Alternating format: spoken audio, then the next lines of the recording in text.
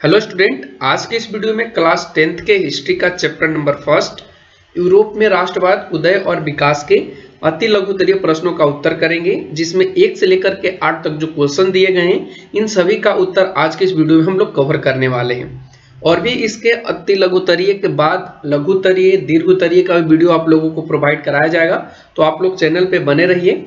इसका पीडीएफ भी आपको डिस्क्रिप्शन में दे दिया जाएगा, जहां से आप इसको पीडीएफ के माध्यम से भी इसको लिख सकते हैं। तो चलिए फटाफट से बढ़ते हैं अपने क्वेश्चन की तरफ। फर्स्ट क्वेश्चन कहता है, अंसर्ट रेनर ने राष्ट्रवाद को किस रूप में परिभाषित किया है। जो अंसर्ट रेनर है वो एक बहुत बड़ा दार्शनिक है यहाँ पे, ठीक है। आप जब पढ़े होंगे तो इनके बारे में थोड़ा सा जाने होंगे। अगर आप लोग नहीं जानते हैं तो हम इसका वन शॉट वीडियो लाएंगे, जो आपके लिए इस चैप्टर को बहुत ज्यादा कह सकते हैं आपको कवर कर देगा। आप एक बार उस वीडियो को देख लीजिएगा तो आपका ये पूरा चैप्टर कवर हो जाएगा, ठीक है। तो इन्होंने राष्ट्रवाद की क्या परिभाषा दी है ये आपसे पूछा है।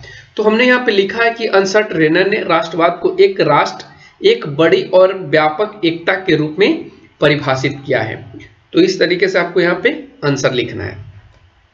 इसका क्वेश्चन नंबर 2 में कहता है कि वियना कांग्रेस में फ्रांस के किस राजवंश की पूर्ण स्थापना की गई थी। सबसे पहले आप लोग कमेंट सेक्शन में ये बताइएगा कि वियना कांग्रेस की स्थापना कब की गई थी, ठीक है। अगर आप लोग पढ़े होंगे तो इसका जवाब जरूर दीजिएगा कि वियना कांग्रेस की स्थापना कब की गई है, ठीक है। तो उत्तर में हमने लिखा है बुर्बो राजवंश की स्थापना की गई थी वियना कांग्रेस में, फ्रांस में, ठीक है। वियना कांग्रेस में फ्रांस में जो राजवंश था बुर्बो राजवंश, इसकी पूर्ण स्थापना, यानी पूर्ण स्थापना करने का मतलब है दोबारा से यानी फिर से इसकी स्थापना की गई थी। अब क्वेश्चन नंबर 3 पे आइए। क्वेश्चन नंबर 3 कहता है कि जर्मन राइन महासंघ की स्थापना किसने की। जर्मन राइन महासंघ की स्थापना किसने की। तो इसका उत्तर हो जाएगा नेपोलियन। नेपोलियन का एक और नाम यहाँ पे आप लोगों को आएगा नेपोलियन बोनापार्ट। तो आप लोग दोनों चीज को ध्यान रखिएगा, नेपोलियन बोनापार्ट, ठीक है। अब बढ़ते क्वेश्चन नंबर 4 पे। क्वेश्चन नंबर 4 कहता है कि चार्टिस्ट आंदोलन किस देश में हुआ। चार्टिस्ट आंदोलन किस देश में हुआ। तो इसका उत्तर हो जाएगा चार्टिस्ट आंदोलन जो हुआ था वो इंग्लैंड में हुआ था। तो इसका उत्तर इंग्लैंड हो जाएगा।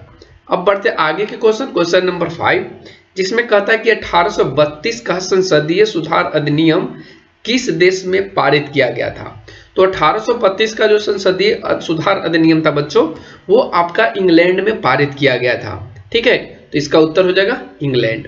अब बढ़ते आगे क्वेश्चन नंबर 6 में कहता है कि मेटरनिख कौन था।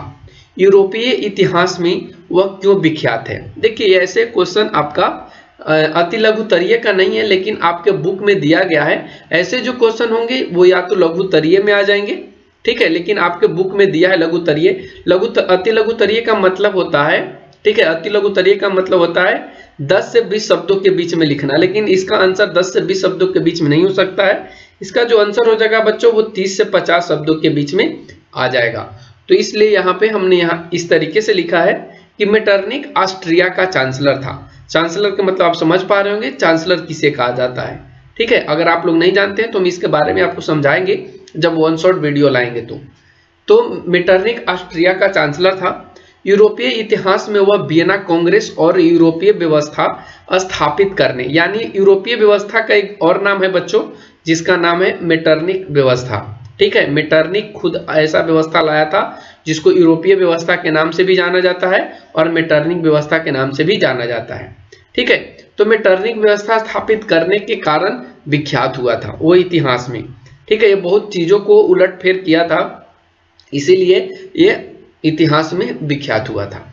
अब आते हैं क्वेश्चन नंबर 7। क्वेश्चन नंबर 7 कहता है कि फ्रैंकफर्ट संसद, कहीं कहीं आपको ये फ्रैंकफर्ट की संधि भी दे देता है, तो आप लोग दोनों चीज को ध्यान रखिएगा। फ्रैंकफर्ट संधि अलग है और फ्रैंकफर्ट संसद अलग है, ठीक है।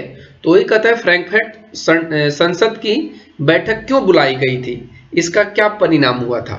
तो देखिए उत्तर में हमने यहाँ पे लिखा है कि फ्रैंकफर्ट जो संसद है इसकी बैठक ऐसे व्यक्ति को राजा बनाने के लिए बुलाई गई थी, या ऐसे व्यक्ति को राजा बनाने के लिए की गई थी जो जर्मनी के एकीकरण में संसद का नियंत्रण कर सके, संसद का नियंत्रण के काम को कर सके। इसका परिणाम यह हुआ कि संसद भंग हो गया और जर्मनी का एकीकरण नहीं हुआ। क्यों बुलाई गई तो आप समझ पाएंगे, इसलिए बुलाई गई थी कि एक ऐसा व्यक्ति का चयन करेंगे जो इसके द्वारा जो संविधान बनाए गए थे फ्रैंकफर्ट संसद के द्वारा, उसके नियम पर वो खरा उतरे और उसके नियंत्रण में वो काम करे। लेकिन ऐसा हुआ नहीं था। जब प्रशा के शासक के सामने रखा गया था इस बात को, तो वो इस चीज को स्वीकार नहीं किया था और इसके कारण इसका जो परिणाम यह हुआ कि फिर से संसद भंग हो गया और जर्मनी के एकीकरण फिर से रुक गया था। ठीक है, अब बढ़ते आगे क्वेश्चन नंबर 8 पे। देखिए क्वेश्चन नंबर 8 कहता है कि मेजनी की इटली के एकीकरण में क्या भूमिका थी। मेजनी की इटली के एकीकरण में क्या भूमिका थी, ये आपसे क्वेश्चन पूछा है। तो देखिए ये भी आपका क्वेश्चन है, वो भी आपका लघुत्तरीय का ही है, लेकिन आपके बुक में दे दिया है भारतीय भवन में अति लघुत्तरीय में, लेकिन ये अति लघुत्तरीय का प्रश्न एक्चुअली है नहीं। तो देखिए यहाँ पे कहता है कि इटली के एकीकरण में मेजनी की भूमिका महत्वपूर्ण थी। उसे इटली के एकीकरण का मसीहा भी कहा जाता है, कहीं कहीं इसका नाम पैगंबर भी लिखा जाता है। तो आप लोग दोनों चीज को ध्यान रखिएगा, इटली का एकीकरण का मसीहा या पैगंबर कहा जाता है। वह गणतंत्रवादी नेता था, यानी वो लोगों के समर्थन यानी जनता जनार्दन में वो ज्यादा दिलचस्प रखता था। उसने यंग इटली और यंग यूरोप नामक संस्था की स्थापना भी किया था और इसमें युवाओं को वो एकजुट किया था और युवाओं को एकजुट करके उनमें नई चेतना का भी विकास करवाया था और इस तरीके से वह इटली के एकीकरण में उसकी भूमिका महत्वपूर्ण रही थी। तो इस तरीके से हम यहाँ पे क्वेश्चन नंबर 8 को भी क्लियर कर पाए और आप लोगों को बता दें कि आपके जो बुक है इसमें आपका क्वेश्चन यहाँ पे 8 ही दिया है। ठीक है, 8 को हमने कवर करा दिया। तो कैसा लगा आज का ये वीडियो? अगर वीडियो पसंद आता है तो आप लोग लाइक और शेयर जरूर कीजिएगा ताकि आगे आने वाले वीडियो को और नए ऊर्जा के साथ हम डाल सकेंगे। तो आज के लिए बस इतना ही। Thanks for watching, take care, bye bye.